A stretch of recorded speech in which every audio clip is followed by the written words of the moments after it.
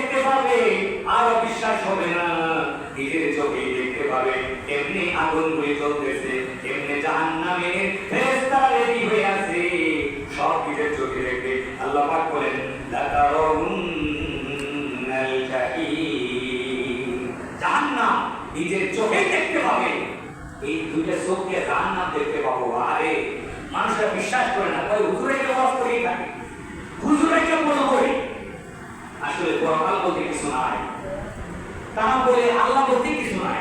তুমি বলে নাউজুবিল্লাহ, ওই নাস্তিকরা বলে গড ইজ আনসিন, সৃষ্টিকর্তা তো দেখা যায় না, দেয়ারফর গড ইজ নাথিং, এজন্য সৃষ্টিকর্তা বলতে কিছু নাই। জোরে জোরে বলে নাউজুবিল্লাহ।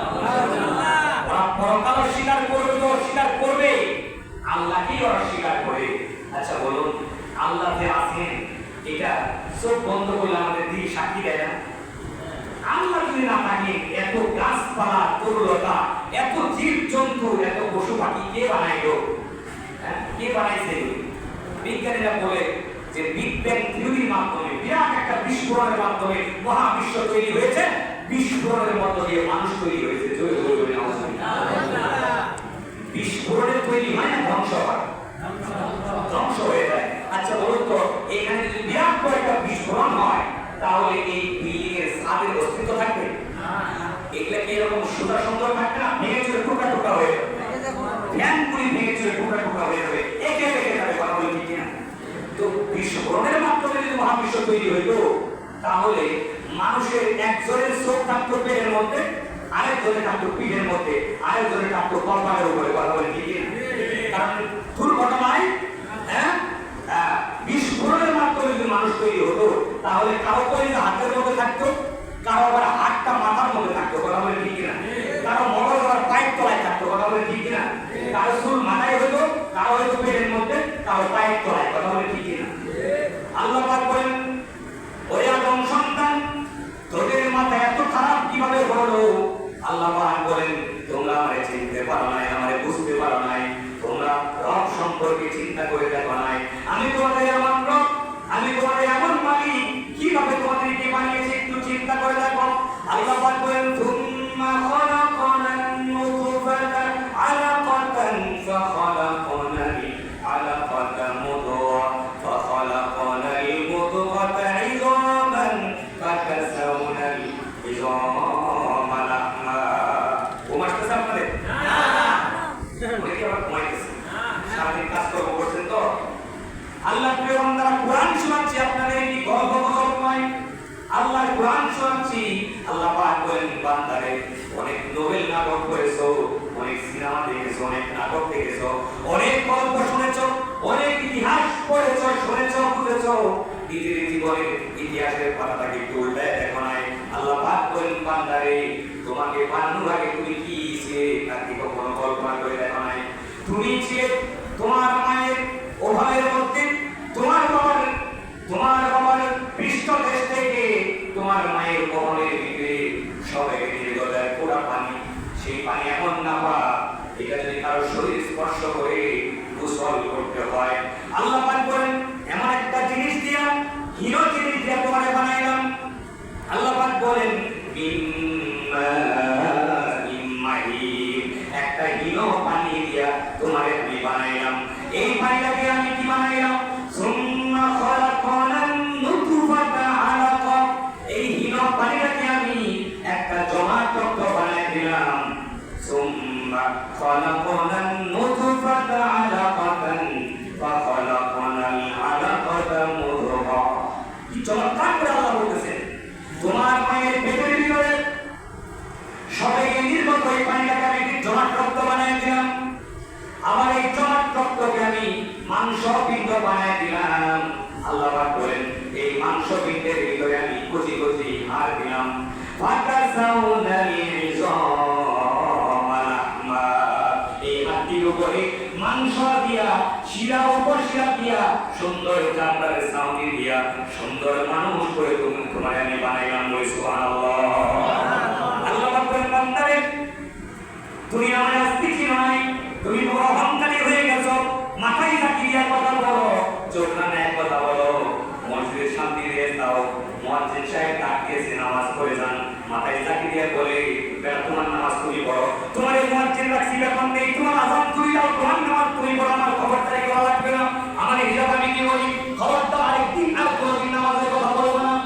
এরকম চোখরানের কথা বলে কেউ কেউ আবার মসজিদের পাশেই বাড়ি ফজর নামাজে যখন আযান দেয়, মন্ডল সাহেবের ঘুম নষ্ট হয়, মন্ডল সাহেবের খারাপ লাগে, প্রকাশ্যে বলতে পারে না, মাঝে মধ্যে মনে মনে বলে কি জন্য যে মাইকটা কিনে দিলাম, অথবা কি জন্য মসজিদের কাছে বাড়ি করলাম, কোনোদিনও ফজর নামাজের সময় ঘুমাইতে পারি না মুয়াজ্জিনের যন্ত্রণায়। এরকম কল্পনা চিন্তা ভাবনা যারা করে আল্লাহ পাক তাদেরকে শোনাচ্ছে, ও আমার বান্দারা, ও নাফরমানেরা, কেমনে তোমরা আমাকে ভুলে গেলে?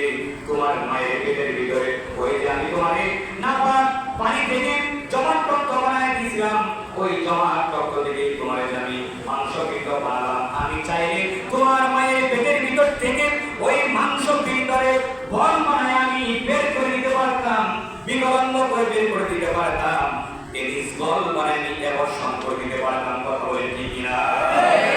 তুমি বর্তমানে করে থাকতে তোমার টয়লেটের মধ্যে ফেলে দেওয়া লাগতো, তোমাকে ডাস্টবিনে ফেলায় দেওয়া লাগতো, দুনিয়ার আলো দেখার সময় তো তোমার হতো না। কথা বলে ঠিক কিনা?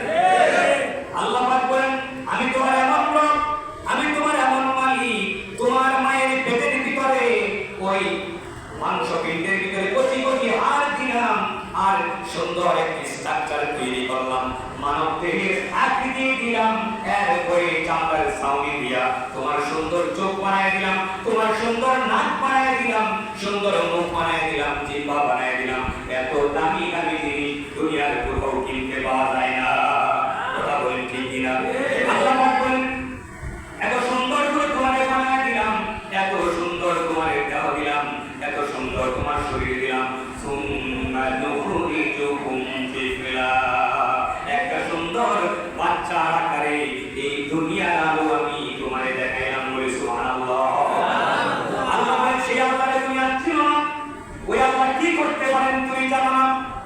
ওই আল্লাহ তোমার মায়ের পেটের ভিতরে তোমার জন্য কি সুন্দর খাবারের ব্যবস্থা করলেন, মায়ের মাসিক ওষুধটারে বন্ধ করে দিলেন, তুমি আস্তে আস্তে বড় হতে লাগলে, খাবারের প্রয়োজন হলো, মায়ের পেটের সঙ্গে তোমার নাকি একটা বাইপাস কানেকশন, আল্লাহ পাক বলেন একটা বাইপাস কানেকশন করে দিলাম, ওই রক্তগুলিকে পাস করে দিয়া তিলটি করে তোমার মায়ের পেটের ভিতরে আমি বড় করেছি। আমি তোমার এমন রব, আমি তোমার এমন মালিক। ওই রক্তটা মুখে লাগাইলাম না, মুখে যদি লাগাই নাপাক রক্ত দুনিয়া সবার পরে তোমার যখন মনে হবে নাপাক রক্ত আমি জিহ্বা দিয়ে চেটে চেটে খেয়েছি, তোমার প্রেস্টিজ নাম্বার হবে, তোমার খারাপ লাগবে। এজন্য আমি এই জিহ্বাটাকে পবিত্র রেখে দিলাম, নাপাক রক্ত জিহ্বার মধ্যে লাগাইলাম না, যাতে করে দুনিয়া সবার পরে তোমার আল্লাহর বানানো পবিত্র মুখখানা দিয়া, পবিত্র জিহ্বা দিয়া তোমার আল্লাহর পবিত্র নামে জিকির করতে পারো। আল্লাহ পাক বলেন, বান্দারে এখনো তুমি আমায় চিনো নাই, তুমি তো যখন তোমার মায়ের পেট থেকে দুনিয়ার আলো দেখলে, দুনিয়ার কোন ডাক্তার, দুনিয়ার কোন চিকিৎসা বিজ্ঞানী তোমার জন্য খাবার বানায় রাখে নাই। আমি তোমার এমন রব, আমি তোমার এমন মালিক, আমি তোমাকে দুনিয়ায় পাঠানো 6 মাস আগেই তোমার মায়ের বুকের উপরে জান্নাতি খাদ্য বানায়া তোমার জন্য আমি গরম করে রিজার্ভ করে রেখেছি। বলি সুবহানাল্লাহ। এই খাদ্য শুধু খাদ্য নয়, আগের যুগে মানুষেরা মায়ের প্রথম দুধটা ফেলে তো বলতে দেখায় না অনুষ্ঠানকার হয়ে, আজকের বিজ্ঞান বলছে মায়ের সেই প্রথম দুধটার মধ্যে শিশুর জন্য সকল পুরের ভ্যাকসিন আল্লাহ পাক দিয়েছে। বলি সুবহানাল্লাহ। এই দুধের মধ্যে জীবনের শক্তি দিয়া আল্লাহ বানাইছেন, এই দুধটাকে এমন ভাবে তৈরি করেছেন যাতে শিশু এই দুধ পান করতে গেলে পেটের অসুখ না হয়, হজম করতে সমস্যা না হয়, গ্যাস্ট্রিক তৈরি না হয়ে যায়, গ্যাস ফার্ম না করে আল্লাহ পাক এমন চমৎকার করে বানালেন। শুধু তাই নয়, আল্লাহ বলেন, বান্দারে আমি তোমার কেমন রব, আমি তোমার কেমন মালিক, তুমি কি এখন বুঝতে পারো নাই?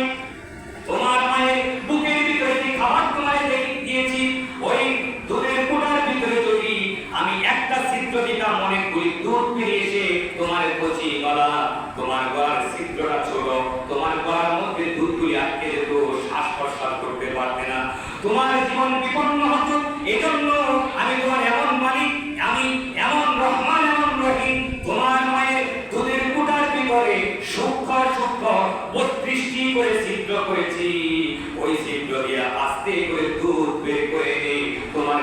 আমি বাঁচাইছি বলে সুবহানাল্লাহ।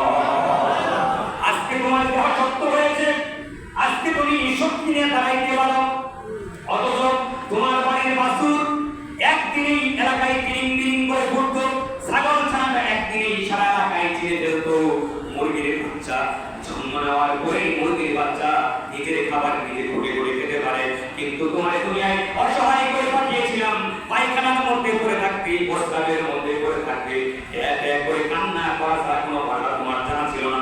এমনকি নিজের পায়খানা নিজে মুখে নিয়েছ, নিজের প্রস্রাবের মধ্যে নিজে গলা করে নিয়েছ, তোমার ভালো মন্দের কোনো জ্ঞান ছিল না। সেই মানুষটাকে মায়ের স্নেহ দিয়া, বাবার আদর দিয়া, পাড়া প্রতিবেশী, নানা নানি, দাদা দাদি, খালা মামা, ফুফু চাচি, কত জনের আদর স্নেহ দিয়া বড় করে তোমার যেই আমি বড় করলাম, তখনই তুমি আমার সঙ্গে নাফরমানি শুরু করে দিলে।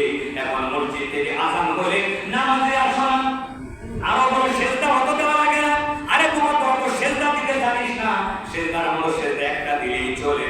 আমি এমন বর পেয়েছি আমার হুজুরে বলে, আমার হুজুর কেবলাই বলে, সেজদার মতো সেজদা একটা দিলেই চলে। এরকম আজ তুমি কথা বলেছ, আল্লাহকে সেজদা না দিয়ে আজকে মাজারে গিয়ে সেজদা দাও, আল্লাহর নামে জিকির না করে গান্ধারে বলকি দয়া, তুমি চোখ বন্ধ করে বলো তুমি আল্লাহর শাসিন দেখো। এরকম মানুয়া পাত্রা কথা বলে তুমি আল্লাহর নাফরমানি করো, সুদ খাও, ঘুষ খাও, কবরে